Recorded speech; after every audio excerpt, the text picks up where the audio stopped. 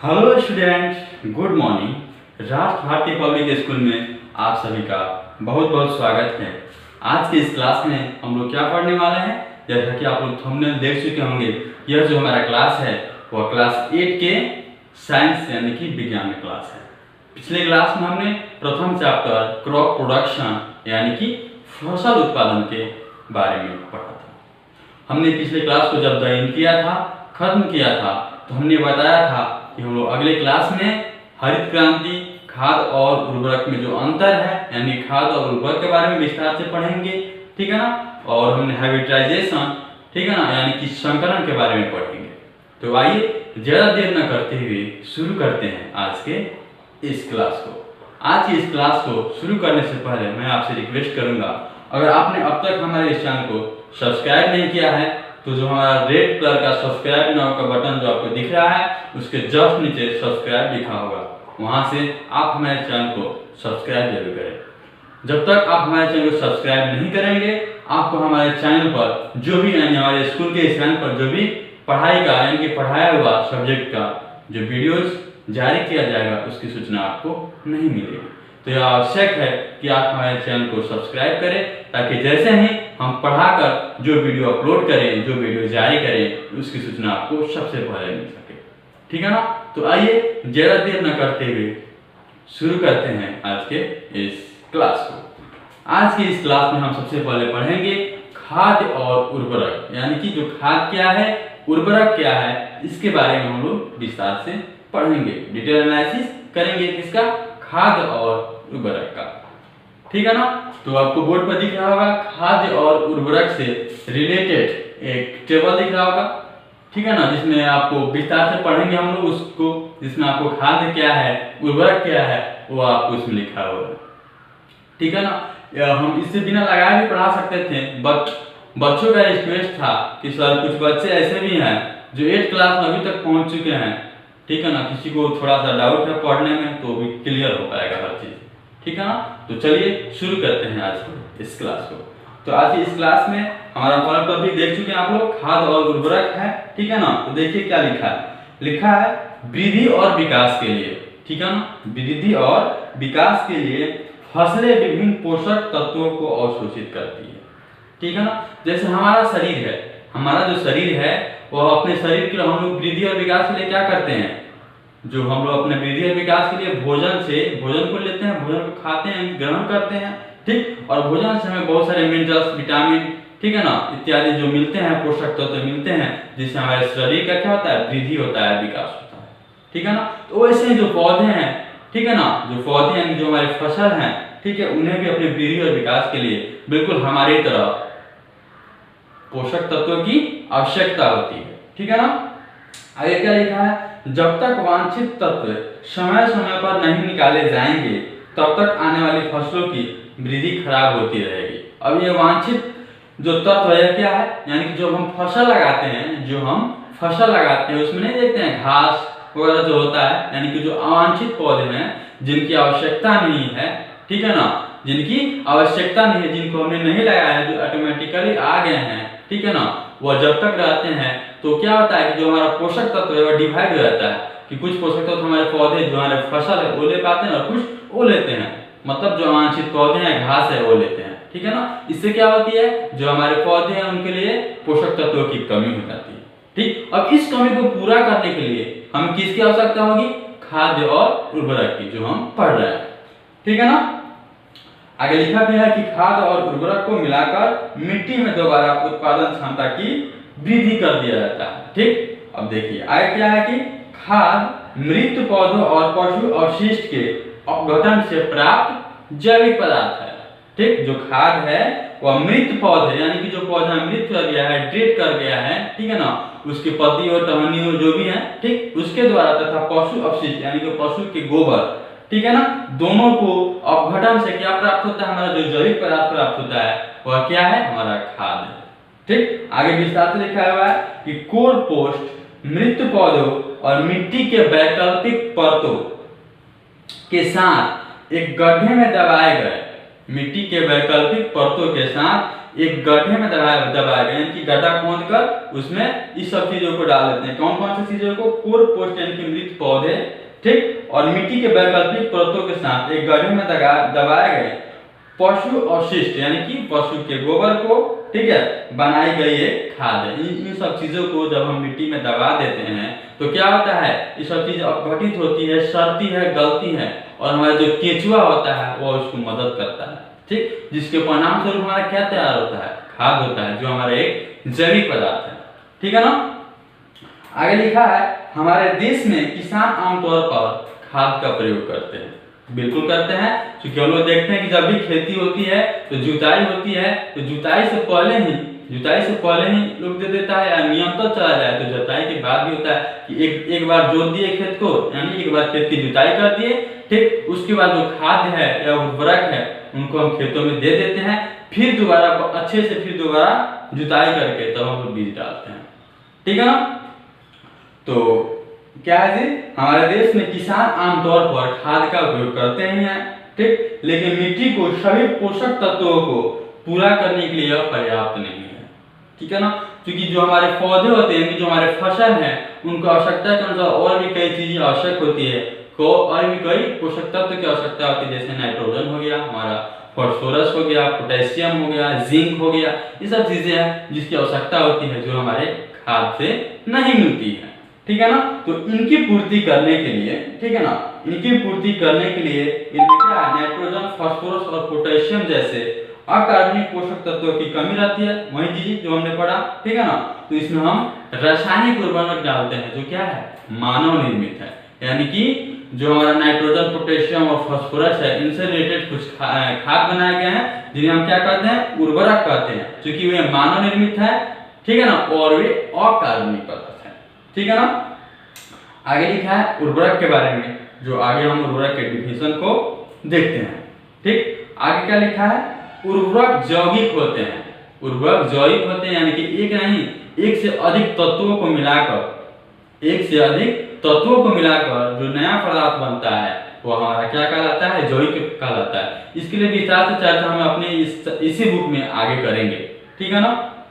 Next कह रहा है कि उर्वरक यौगिक होते हैं जो मिट्टी को उपजाऊ बनाने के लिए एक विशिष्ट पोषक तत्व प्रदान करते हैं, ठीक है। उर्वरक कुछ पोषक तत्व प्रदान करते हैं जो खाद में अपर्याप्त, यानी कि अपर्याप्त मात्रा में होते हैं, यानी कि कमी होती है उनकी, ठीक है ना। कारखानों में उत्पादित मानव निर्मित पौधों के लिए पोषक तत्वों को रासायनिक उर्वरक कहा जाता है, ठीक। मतलब कारखानों में जो मानव निर्मित, ठीक है ना, मानव निर्मित पौधे हैं, कारखानों में मानव निर्मित पौधों के लिए पोषक तत्वों को रासायनिक उर्वरक कहा जाता है, यानी कि जो हमारे पौधे हैं, जो फसल लगाए हैं, ठीक है ना, उनके लिए जो कारखानों में पोषक तत्व, ठीक है, मानव निर्मित यानी कि मनुष्य द्वारा बनाया गया है, उसको हम क्या कहते हैं, उस पोषक तत्व को हम क्या कहते हैं, रासायनिक उर्वरक कहते हैं, ठीक है ना। आगे लिखा है सबसे अधिक इस्तेमाल किए जाने वाला उर्वरक क्या है, एनपीके नाइट्रोजन, यानी कि जो नाइट्रोजन क्या है, यूरिया, जो हमारे यूरिया में सबसे ज्यादा नाइट्रोजन मिलता है, यानी कि 46%। यूरिया में नाइट्रोजन कितना होता है, 46%। यूरिया में नाइट्रोजन होता है 46% एन, यानी कि नाइट्रोजन होता है। और हमारा क्या होता है, डीएपी होता है, पोटास होता है, जिंक होता है, ये सब किसान लोग सब जानते होंगे, जो खेतों में दिया जाता है, ठीक है ना। और भी बहुत सारी चीजें हैं जिसमें जो हमारा डीएपी है, इसमें आपको बहुत ही अच्छा मात्रा में फास्फोरस और पोटेशियम मिलता है, ठीक है ना।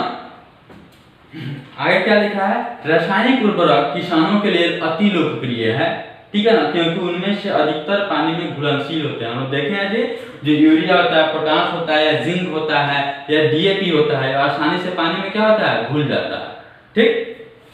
और पौधों को आसानी से अवशोषित किया जा सकता है, यानी कि जब पानी में घुल गया तो आराम से पौधे जो है आसानी से उसका सेवन कर पाते हैं, जो पोषक तत्व है उसको अवशोषित कर पाते हैं, सेवन कर पाते हैं अपने वृद्धि और विकास के लिए। जो हमारे फसल है वो इन रासायनिक उर्वरकों को आसानी से ग्रहण कर पाते हैं अपने वृद्धि और विकास के लिए, ठीक है ना।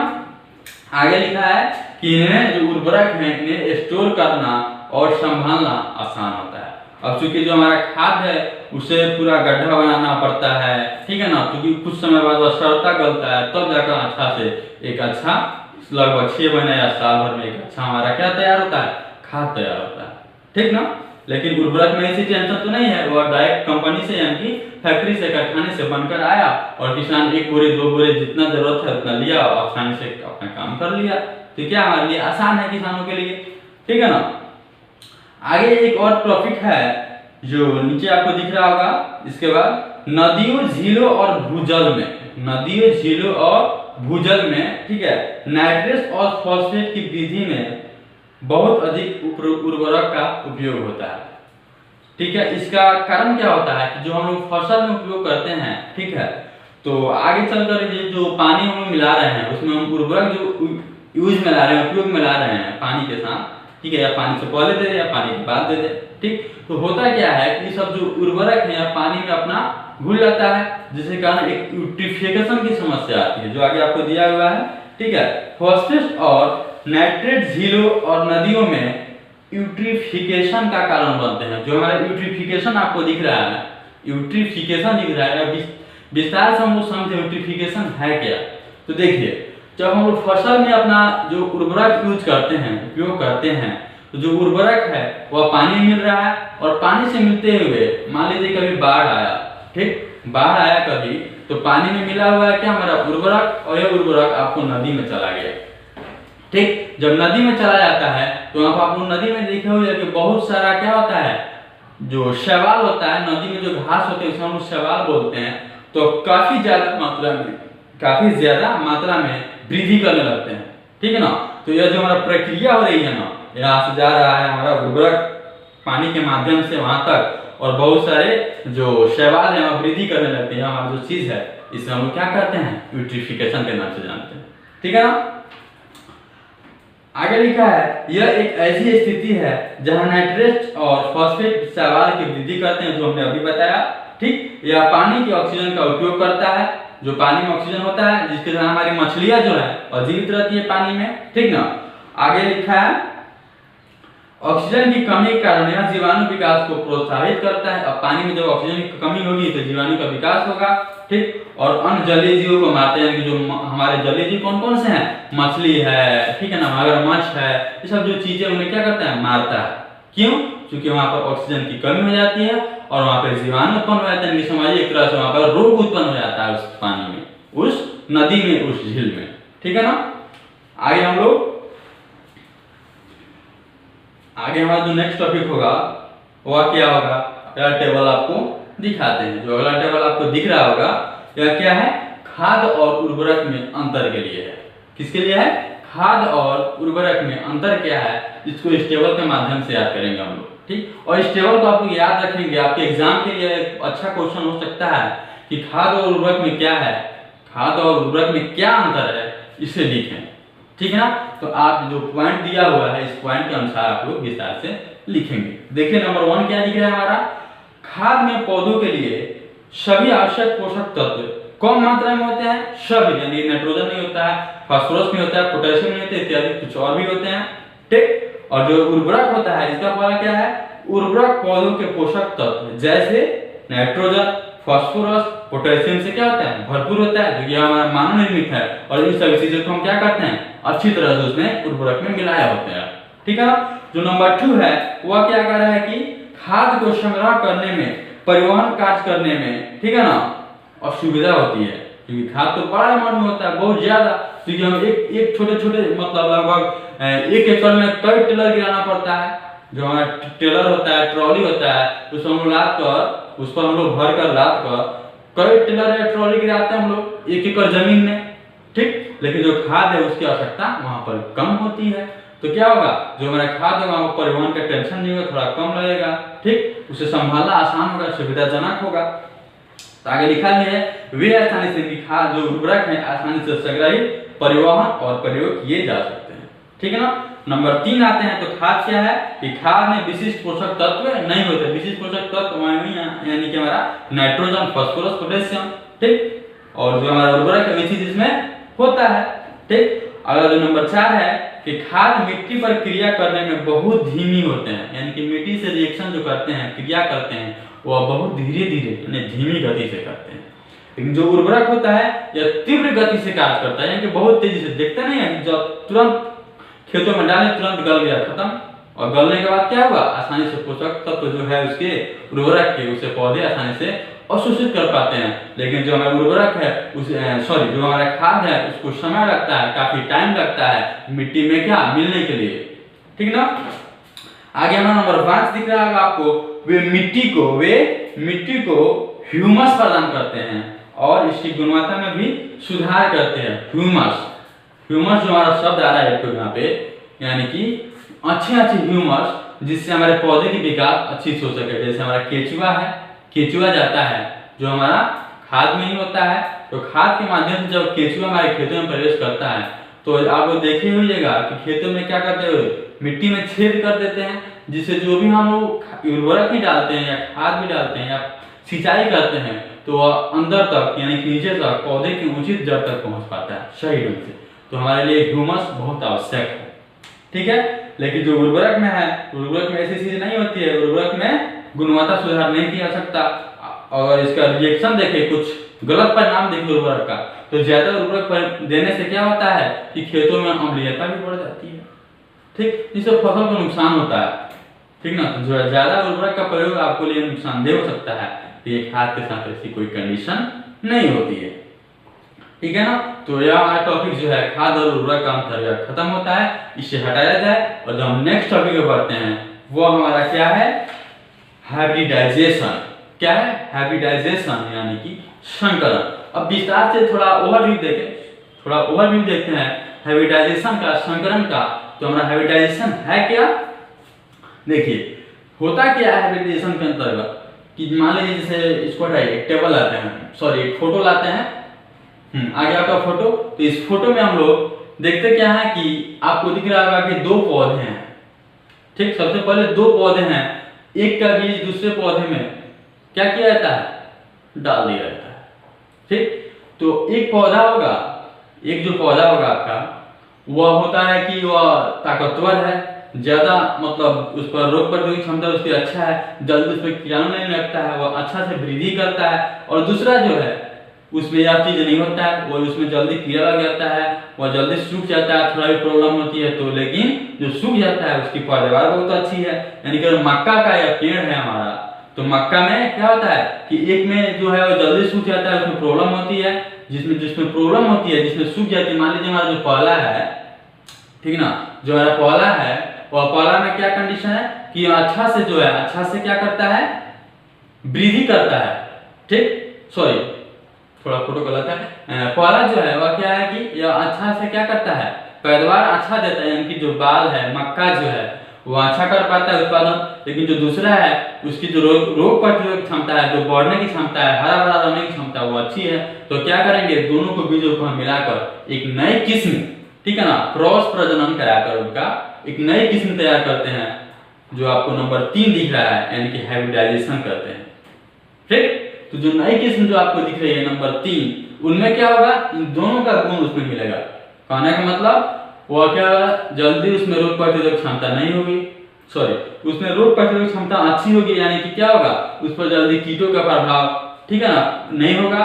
और उसकी जो पैदावार होगी, यानी कि जो मक्का का पैदावार हमारा होगा वो अच्छा होगा, ठीक। यानी कि दोनों अच्छाई किसमें अंदर चले गए, जो हमारा हाइब्रिड नस्ल यानी कि संकरण पैदा हुआ, जो नए किस्म का बीज पैदा हुआ उसके अंदर चले गए, ठीक। तो इस जो प्रक्रिया है ना हाइब्रिडाइजेशन यानी कि संकरण, इस तरीका से जो अच्छे पौधे किस्म तैयार किए गए, अच्छे उर्वरक भी तैयार किए गए, तो इस जो पूरा प्रक्रिया था इसको हरित क्रांति के नाम से जाना गया, ठीक। और हरित क्रांति में जो हमारे भारत के हरित क्रांति के जनक जिनको कहा जाता है, क्योंकि हरित क्रांति के क्षेत्र में उन्होंने बहुत ही अच्छा काम किया, उनका नाम है डॉक्टर MS स्वामीनाथन, ठीक है। तो आपके लिए इंपॉर्टेंट है, उनका नाम याद रखेंगे, डॉक्टर MS स्वामीनाथन, ठीक है ना। तो चलिए अब हम जो बुक का दिया हुआ है उस टेबल को लगाते हैं और देखते हैं। तो आपको दिख रहा होगा कि पौधे के क्रॉस प्रजनन के परिणाम स्वरूप फसलों की नई किस्म पैदा होती है, जो हमने समझा भी, ठीक। संकर विकसित करने की प्रक्रिया को संकरण या क्रॉसिंग के रूप में जाना जाता है। यानी कि जो हम हाइब्रिड बीज तैयार कर रहे हैं दो भिन्न भिन्न पौधों को मिलाकर, यानी दो भिन्न भिन्न पौधे के बीजों को मिलाकर जो हम नए किस्म तैयार कर रहे हैं उसे क्या कहते हैं, किस तैयार कर रहे हैं। तो यह जो प्रक्रिया है हमारा क्या कहलाता है, हाइब्रिडाइजेशन, ठीक है, या क्रॉसिंग। ठीक, नेक्स्ट हमारा सबसे अच्छा प्रतिरोधी और उच्च पैदावार, सबसे अच्छा प्रतिरोधी और उच्च पैदावार वाली विविधता के बीच एक क्रॉस हाइब्रिड नामक एक नया पौधा उत्पन्न होता है। जैसे हमने मकई के बीज पर समझा था कि एक पौधा था उसमें क्या था कि उसकी पैदावार अच्छी थी, ठीक है, और दूसरा जो था उसकी रोग प्रतिरोधक क्षमता अधिक थी। ठीक, तो हमने जो नया पौधा तैयार किया उसमें क्या होगा, उसकी पैदावार भी अच्छी होगी और रोग प्रतिरोधक क्षमता भी जो होगी वो अच्छी होगी। ठीक, तो जो हमारा नया पौधा उत्पन्न होता है वह हाइब्रिड हो गया, यानी कि नई किस्म हो गई। ठीक, संकर अपने यानी कि जो हाइब्रिड बीज होगा वो अपने दोनों माता पिता के गुणों को क्या करता है, जोड़ता है। ठीक, 1960 में इस विधि से जो हमारा तरीका हाइब्रिडाइजेशन यानी कि संकरण, इस विधि से गेहूं की कई किस्में विकसित की गई। ठीक, जो बहुत सारी किस्में जो विकसित की गई गेहूं की, तो ये हमारा क्या क्या कहलाया, हरित क्रांति कहलाया। यह हमारा सब हरित क्रांति के भाग है। ठीक, अब देखिए आगे हमारा जो टॉपिक नेक्स्ट आता है वह है हरित क्रांति, जो आपको दिख रहा होगा। हरित क्रांति में देखेंगे हम लोग, आपको क्या लिखा है, लिखा है मनुष्यों की भौतिक आवश्यकताओं की पूर्ति करने के लिए, यानी कि जो हमारी आवश्यकताएं थी खाने पीने की उसकी पूर्ति करने के लिए विज्ञान का ज्ञान उपयोगी है, जरूरी है। हमारे भौतिक आवश्यकता चाहे कोई भी हो, हमें अच्छे लाइट की व्यवस्था यानी कि इलेक्ट्रिसिटी जो है अच्छी होनी चाहिए, हमारे पास अच्छे घर होना चाहिए, अच्छे बिस्तर होने चाहिए, अच्छे टेक्नोलॉजी के मोबाइल फोन, लैपटॉप, कंप्यूटर, ठीक है, टेलीफोन की सुविधा, ये सब क्या है, विज्ञान के ही देन है। ठीक है ना, तो हमारे लिए सब क्या है, जो हमारी आवश्यकताएं की पूर्ति करनी है इसके लिए विज्ञान अति उपयोगी है। कहा जाता है ना कि आवश्यकता ही खोज की जननी है। ठीक है, आवश्यकता ही खोज की जननी है, विज्ञान की जननी है। जब हमें जरूरत पड़ती है तो उस चीज को हम क्या करते हैं, खोज कर लेते हैं, फाइंड कर लेते हैं।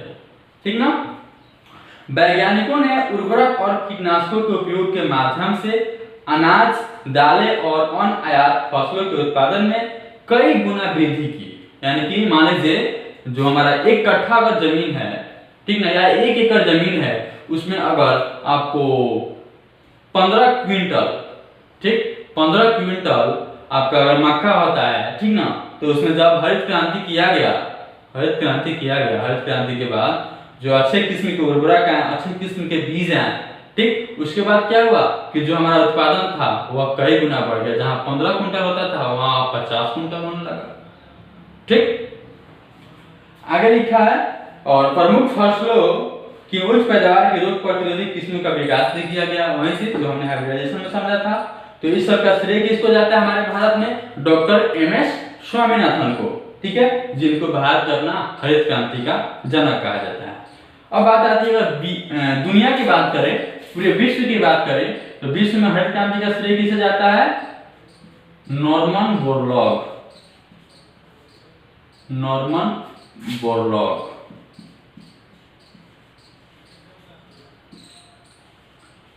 यह विश्व में हरित क्रांति के जनक है। कौन, नॉर्मन बोरलॉग। ठीक है ना, आप इसे याद रखेंगे।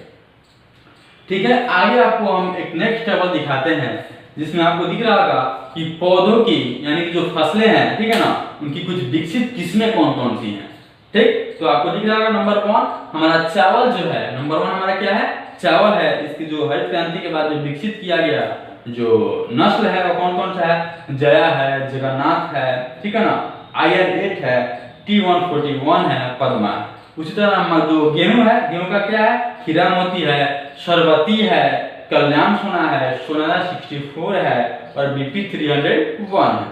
ठीक, चना का क्या है, C158, ठीक, PB7, C132 यानी C132, L144।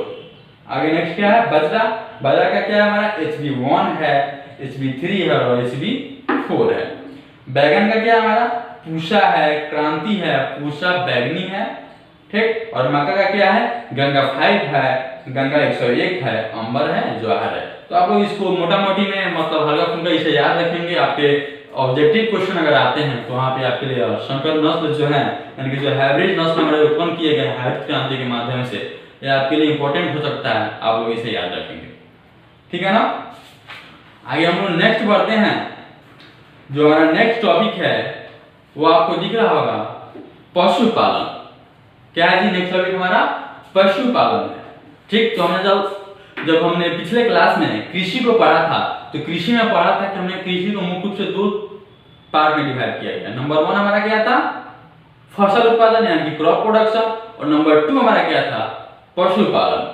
ठीक है ना, यानी कि जो हमारे पशु हैं, जंतु हैं, उनको हम क्या करते हैं? अपने जरूरत के लिए, अपने आवश्यकता के लिए क्या करते हैं? उन्हें पालतू बनाकर पालते हैं। जैसे हमारा गाय, भैंस, बकरी, ठीक है ना, मधुमक्खी हो गया, इन सब चीजों को हम पालते हैं। कुत्ता भी हो गया, ठीक है ना, बैल भी हो गया, अपने आवश्यकता के लिए हम लोग इनका उपयोग करते हैं। ठीक है, तो ये सब हमारे पशुपालन का अंतर्गत आ गया।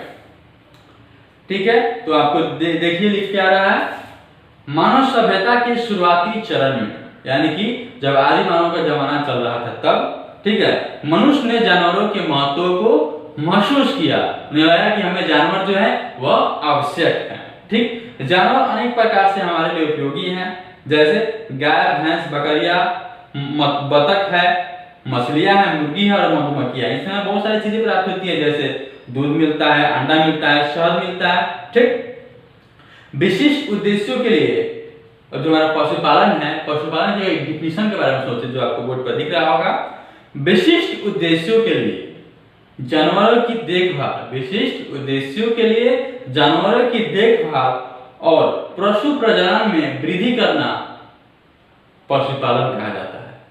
ठीक, मतलब विशिष्ट उद्देश्य यानी कि हमारा जो विशेष उद्देश्य है कि हमें दूध मिल जाए, अंडा मिल जाए, मछली मिल जाए, शहद मिल जाए, तो हमारा जो उद्देश्य है, तो हमारा क्या है? विशिष्ट उद्देश्य, यानी कि हमारा अपना स्वयं का लाभ है। ठीक, तो अपने इस उपयोग के लिए हम लोग क्या करते हैं? पशुओं की देखभाल करते हैं तथा उनकी प्रजनन की वृद्धि करते हैं। तो यह चीज हमारा क्या कहलाता है? पशुपालन कहा जाता है। ठीक है, तो लिखा क्या है? सभी पालतू और उपयोगी जानवर पशुधन का गठन करते हैं, यानी कि जितने भी पालतू और उपयोगी जानवर हैं, जैसे गाय, भैंस, बैल, ठीक है, बकरी, मुर्गी और मछली, ठीक, मधुमक्खी, ये सब जो भी हमारे जानवर हैं, ठीक है, या मधुमक्खी को आप खीट में रखिए, ठीक ना, या मछली है, ठीक, इन सब जो भी है, ये सब कुल मिलाकर हमारा क्या कहलाता है? पशुधन, यानी कि एक प्रकार का धन करने का मतलब जिससे हमें पैसा आता है। ठीक, तो ये सभी मिलाकर हमें क्या देते हैं? पैसा देते हैं। ठीक, तो ये सभी हमारा क्या कहलाते हैं? पशुधन कहलाते हैं। ठीक है, तो आगे क्या लिखा है कि कृषि की शाखा जो घरेलू जानवरों के भोजन, आश्रय, स्वास्थ्य और प्रजनन से संबंधित है। कृषि की वह शाखा जो घरेलू जानवरों के भोजन, उनके आश्रय यानी कि उनका आवास और उनके स्वास्थ्य और प्रजनन से संबंधित है। ठीक, वो हमारा क्या कहलाता है? पशुपालन कहलाता है। ठीक है, को हम पशुपालन कहते हैं। ठीक है, आगे जो समझ चुके हैं आप लोग दुधारू जानवर कौन कौन से हैं, चलिए एक टेबल देख लेते हैं उसका भी। तो आगे आपका जो दिख रहा होगा टेबल, दुधारू जानवर यानी कि वे जानवर, वे पालतू जानवर जिन्हें लोग पालते हैं, यानी पशु मानते हैं, जो हमें दूध देते हैं, तो वे क्या कहलाएंगे? दुधारू जानवर कहलाएंगे। जैसे आपको दिख रहा होगा, गाय है, भैंस है, बकरी है। ठीक, दूध और उसके उत्पाद भारतीयों के लिए, यानी जो हम सभी इंडियंस हैं, ठीक है, इनके लिए बड़ी संख्या में जो पशु हैं वह प्रोटीन प्रदान करते हैं। ठीक, जो हमारा दूध है उससे हमें प्रोटीन मिलता है। ठीक ना, और भी कई चीज है, जैसे हमको कैल्शियम मिलती है, दूध में बहुत ही अच्छा मात्रा में कैल्शियम पाया जाता है। ठीक ना, आगे अगर नेक्स्ट नंबर 2 देखें तो मांस और अंडे पैदा करने वाले जानवर, जैसे हमारा भेड़ हो गया, बकरी हो गया, मछली हो गया, मुर्गी हो गया, सुअर, ये सब हम क्या है? जो मुर्गी हमारा वो क्या देती है? अंडा देती है और मांस भी होता है। सुअर है, मछली है, ये सब क्या है? बकरी है, हमारा मांस देते हैं। ठीक है, तो मांस और अंडे जो है वो प्रोटीन के समृद्ध होते हैं, यानी कि जो मांस और अंडे उसमें प्रोटीन अच्छा खासा मात्रा में पाया जाता है। ठीक, हालांकि कार्बोहाइड्रेट, वसा और प्रोटीन के स्रोत के रूप में पशु खाद्य पदार्थ फसल से उत्पन्न की तुलना में बहुत अधिक महंगा होते हैं। ये सब तो हम लोग देखे ही है कि जो हमारा मटन है, चिकन है या अंडा है, या जो हमारे अनाज है या सब्जी, उनकी अपेक्षा थोड़ा महंगा मिलता है। ठीक है, आगे जो हमारा उपयोगी पशु का कैटेगरी है नंबर 3 वह क्या है, श्रमशील जानवर, यानी कि जिनका उपयोग हम लोग क्या करते हैं, अपने कार्यों को करने के लिए करते हैं। तो आगे लिखा है कि इन जानवरों को हम लोग क्या कहते हैं, शुष्क जानवर के रूप में भी जानते हैं। जो श्रमशील जानवर है उन्हें हम शुष्क जानवर के रूप में भी जानते हैं। जैसे गधे हो गए, घोड़े हो गए, ऊंट हो गए, बैल हो गए, सब क्या है, शुष्क जानवर के उदाहरण है। वे परिवहन और खेतों में अन्य प्रकार के कार्यों जैसे कि खेतों में खेती और थ्रेसिंग में उपयोग में लाए जाते हैं, यानी कि मदद करते हैं। ठीक है, जैसे बैल है इससे क्या करते हैं हम लोग, खेत की जुताई करते हैं। ठीक, पुराने जमाने में चलता था, अब तो बहुत कम हो गया है, अब तो ट्रैक्टर आ गया है आधुनिक जमाने में। ठीक ना, और हमारे जो गधे हैं, घोड़े हैं, ये सब क्या है, ऊँट है, बैल, ये सब से हम लोग परिवहन भी कर सकते हैं, यानी कि एक जगह से दूसरी जगह अपने सामानों को ले जाते हैं। आजकल हम देखें तो हमारा जो ऊँट है राजस्थान में एकमात्र बहुत अच्छा साधन है, ठीक ना, परिवहन के लिए। नंबर 4 जो आता है हमारा वह क्या है, ऊन और खाल देने वाले जानवर। ऊन और खाल देने वाले जानवर, ऊन क्या है, जिसका स्वेटर बनता है, जो हम लोग जाड़े के दिनों में पहनते हैं। ठीक ना, जिससे कौन कौन से जानवर है, भेड़ है, गाय है, बकरी है, ऊंट है, मवेशी है, ये सब क्या है, इससे हमें खाल प्राप्ति होती है, जिससे हमें चमड़ा और ऊन बनता है। ठीक, यानी कि जब इनकी बॉडी डेड कर जाती है, जब मर जाते हैं, तो इनके जो चमड़ा है उससे स्किन से चमड़ा निकालकर क्या बनता है, चमड़ा, जो जैसे हमारा जो जूता आता है, बैग आता है, ठीक, बहुत सारे चमड़ा की वस्तुएं आती है जो इन सभी पशुओं के चमड़े से बनी होती है। ठीक है ना, और इनके अलावा बहुत सारे और कुछ जानवर है, जैसे हमें मधुमक्खी है जिससे हमें क्या पता चलता है, क्या मिलता है, शहद मिलता है। ठीक, और रेशम का कीड़ा है जो हमारे कपास में होता है, जिससे धागे बनते हैं। ठीक ना, तो आज का जो क्लास है हम यहीं पे ज्वाइन करना चाहेंगे, क्योंकि जो वीडियोस है काफी लंबा हो चुका है। ठीक है ना, तो आज की हम क्लास का ज्वाइन करते हैं यहीं पे, और आपसे रिक्वेस्ट करते हैं, अगर आपने अब तक हमारे इस चैनल को सब्सक्राइब नहीं किया है तो अभी सब्सक्राइब करें, ताकि हमारा जो अगला क्लास होगा उसकी सूचना आपको सबसे पहले मिल सके। थैंक यू, बहुत बहुत धन्यवाद आपका हमारे इस क्लास के साथ बने रहिए।